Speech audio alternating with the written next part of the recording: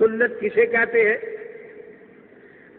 آپ اپنے کاموں پر نظر دوڑائیں تو یقیناً آپ اپنے کاموں کو دو حصوں میں تقسیم کر لیتے ہیں۔ ایک وہ کام جو آپ عادتاً کرتے ہیں، ایک وہ کام جو کبھی ضرورتاً کرتے ہیں۔ مثلا ایک آدمی کی عادت ہے روزانہ فجر کی نماز کے بعد ایک پارہ تلاوت کرتا ہے، اس نے عادت بنا لی۔ ایک آدمی ہے وہ اذان سے پہلے شہر کو نکل جاتا ہے روزانہ، پھر آگے نماز پڑھ لیتا ہے جماعت سے، اس نے ایک عادت بنا لی۔ ایک دن آپ نے دیکھا کہ اس نے تلاوت نہیں کی، اٹھ کے چلا گیا ہے۔ اگلے دن آپ نے پوچھا کہ کل آپ بیٹھے نہیں؟ کہ بھئی ایک دوست بیمار تھا، میں نے سوچا کہ کالج جانے سے پہلے اس کی بیمار پرسی کر لوں، تو یہ ضرورت تھی۔ تو آپ جب اپنے کاموں پر نظر دوڑائیں گے تو کچھ کام آپ کی عادت ہے اور کچھ کام آپ ضرورتاً کرتے ہیں۔ یقیناً پاک پیغمبر صلی اللہ تعالی علیہ وسلم کے کام بھی ان دونوں حصوں میں تقسیم ہے۔ کچھ کام آپ عادتاً فرماتے تھے اور کچھ کام ضرورتاً فرماتے تھے۔ اب ان میں سے ہم نے تابعداری کن کی کرنی ہے؟ فرمایا علیکم بسنتی، وہ جو میں عادتاً کام کرتا ہوں ان کی تابعداری کرنی ہے۔ اب حدیث میں دونوں چیزیں آئیں گی، سنت والے کام بھی اور ضرورت اور عادت والے کام۔ لیکن ایسے کام کے اگر دو چیزیں آ جائیں تو ہمیں حکم کیا ہے؟ علیکم بسنتی، آپ کی عادت کا اتباع کرنا ہے، آپ کی مبارک عادت کو ہم نے بھی اپنی عادت بنانا ہے اور اپنانا ہے۔ ایک دو مثالوں سے سمجھے۔ آپ روزانہ وضو میں کلی کرتے ہیں نا، یہ حضرت پاک کی مبارک عادت تھی، وہ روزانہ وضو میں کلی فرماتے تھے۔ اب یہ عادت امت نے عادت کی انداز میں ہی اپنا لی، جہاں بھی وضو کوئی کرتا ہے اس میں کلی کرتا ہے یا نہیں کرتا، اور سنت ہے۔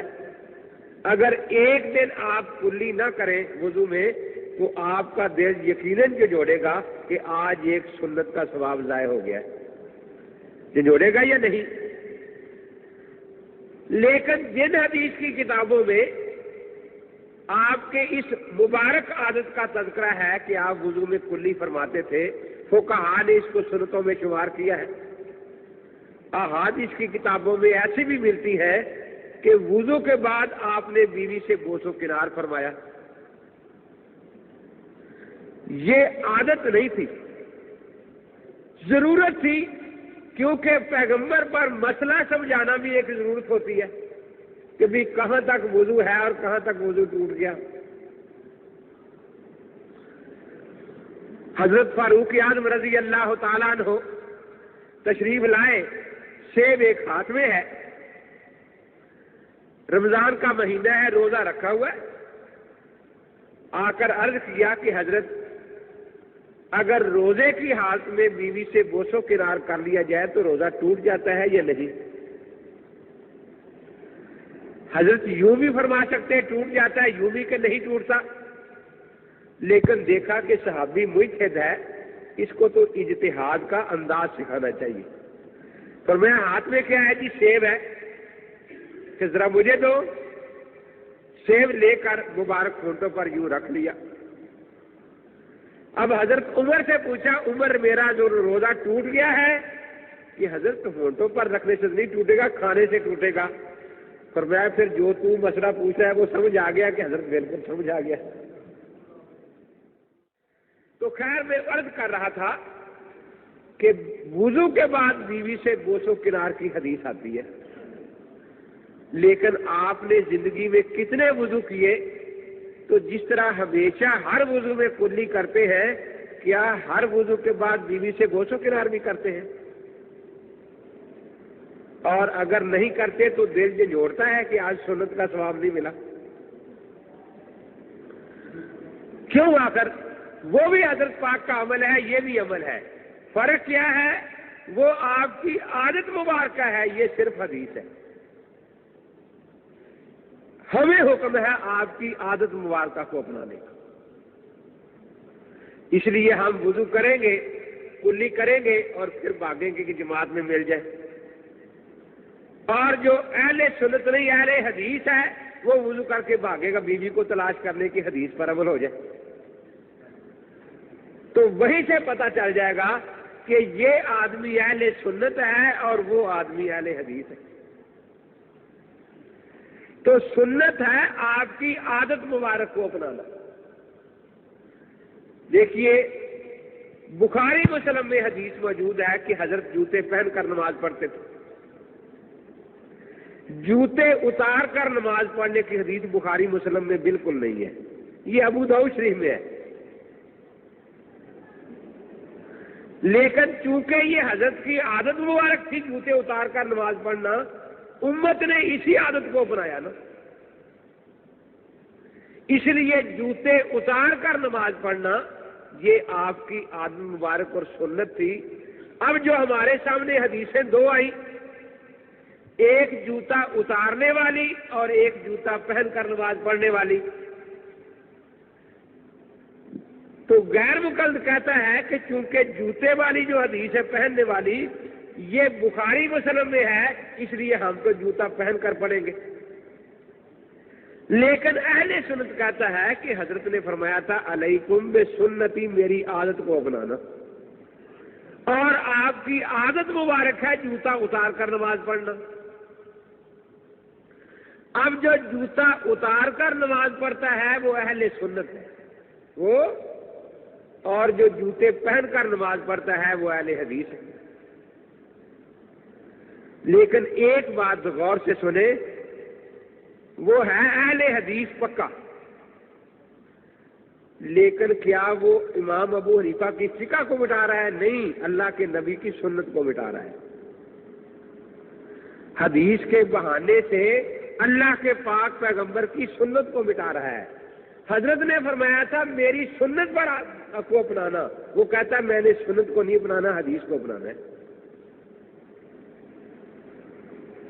اسی طرح کھڑے ہو کر پیشاب کرنے کی حدیث بخاری مسلم میں موجود ہے، بیٹھ کر پیشاب کرنے کی حدیث بخاری مسلم میں بالکل نہیں، وہ ترمذی اور ابو داؤد میں ہے۔ لیکن بیٹھ کر پیشاب فرمانا حضرت کی مبارک عادت، آپ کی عادت کو امت نے عادت نہیں اپنایا، اور ساری امت بیٹھ کر پیشاب کرتی آ رہی ہے۔ اب بیٹھ کر جو پیشاب کرتا ہے وہ اہل سنت ہے، اور جو کھڑے ہو کر کرتا ہے وہ اہل حدیث۔ ہم نے یہی کہتے ہیں کہ بھی ہمیں چونکہ ہمارے پاک پیغمبر صلی اللہ علیہ وسلم نے ارشاد فرمایا ہے علیکم بسنتی، میری سنت کو لازم پکڑنا، اس لیے ہمیں تو سنت پر چلنے دو۔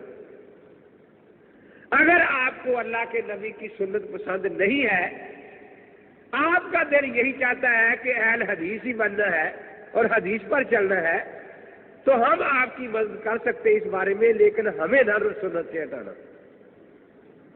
آپ کیسے مدد کریں گے؟ بس دیکھ لیا کہ کہیں بیٹھ کر پیشاب کر رہا ہے تو کھڑے کر دیا اسی وقت پیشاب کرتے کرتے کہ بھئی یہ تو اہل سنت کا طریقہ تھا اور تو اہل حدیث ہے، تجھے کس نے کہا تھا کہ بیٹھ کے کرنا؟ یہ تو اہل سنت کا طریقہ ہے۔ تو ہم اہل سنت والجماعت ہیں، آپ کی عادات مبارکہ کو اپناتے ہیں۔ اس سے یہ پتہ چلا کہ صرف حدیث جو ہے اس کے لیے سنت ہونا ضروری نہیں۔ ایک دن اسی طرح جامعہ ستاریہ چلا گیا، وہ کہتا میں نے جا کے 2 نفل پڑھے، 2-3 بابے بیٹھے تھے، شور مچانے لگے، نماز نہیں ہوتی، بخاری مسلم کے خلاف ہے، حدیث کے خلاف ہے۔ میں نے کہا کہ بابا جی نماز تو پڑھ لو، کسی کو شور کیوں چاہتے؟ ہوتی نہیں۔ کیا ہو کیا گیا ہے؟ بخاری مسلم کی حدیث کے خلاف ہے۔ کہا کہ حدیث کے خلاف ہے، سنت کے تو مطابق ہے نا، میں تو اہل سنت ہوں۔ آپ کو کس نے کہا میں اہل حدیث ہوں؟ نہیں، جو بخاری کے خلاف نماز پڑھتا ہے اس کی نماز نہیں ہوتی. کہا آپ مجھ سے لڑ رہے ہو, یہ جو باقی پڑھ رہے ہیں ان کو کیوں نہیں کہتے؟ یہ تو بخاری کے مطابق پڑھ رہے ہیں, یہ کون پڑھ رہا ہے؟ کسی نے جوتا نہیں پہنا ہوا نماز میں, ان کو جوتے پہنا ہوا نماز پڑھتے پڑھتے تاکہ بخاری مسلم کے مطابق نماز ہو جائے. بخاری مسلم میں باب الصلاۃ فی ثوب واحد, ایک کپڑے میں نماز پڑھنے کا باب ہے, 3 کپڑوں کا باب بخاری مسلم میں نہیں ہے. تو ان کے کپڑے اتارو, ایک رہنے دو, کسی کی جراب رہنے دو, کسی کی ٹوپی رہنے دو, تاکہ گن کر بتایا جا سکے کہ دیکھو ایک کپڑے میں نماز پڑھ رہا ہے. اور بخاری مسلم میں ہے کانا یصلی وہو حامل امامہ من تاج, کہ اپنی نواسی کو اٹھا کر حضور نماز پڑھ رہے, کیونکہ 2-4 بچے اٹھا یہاں رکھو نا, جو نماز پڑھنے لگے ایک سوار کر دیا اس پر, تاکہ بخاری مسلم کے مطابق نماز ہو جائے. اتنے میں کہتا میں نے دیکھا تو ایک آدمی استنجا خانے میں بیٹھ گیا, میں اس کو کھڑا کرو, دیکھو بیٹھ کے پیشاب کر رہا ہے. کم سے کم اس کو تو سناؤ کہ بخاری مسلم میں بیٹھ کر پیشاب کرنے کی حدیث نہیں ہے. مجھے کہنے لگے چلو ہمارے شیخ الحدیث کے پاس. چلو کہ جی یہ کہتا ہے بخاری مسلم میں یوں لکھا ہے. اس نے کہا ہاں لکھا تو ہے, کہ پھر اس پر ہمارا عمل کیوں نہیں؟ کہ بس یہ کوئی شرارتی معلوم ہوتا ہے. اس نے کہا کہ بخاری مسلم کی حدیث پر عمل کرنے کو آپ شرارت کہتے ہیں؟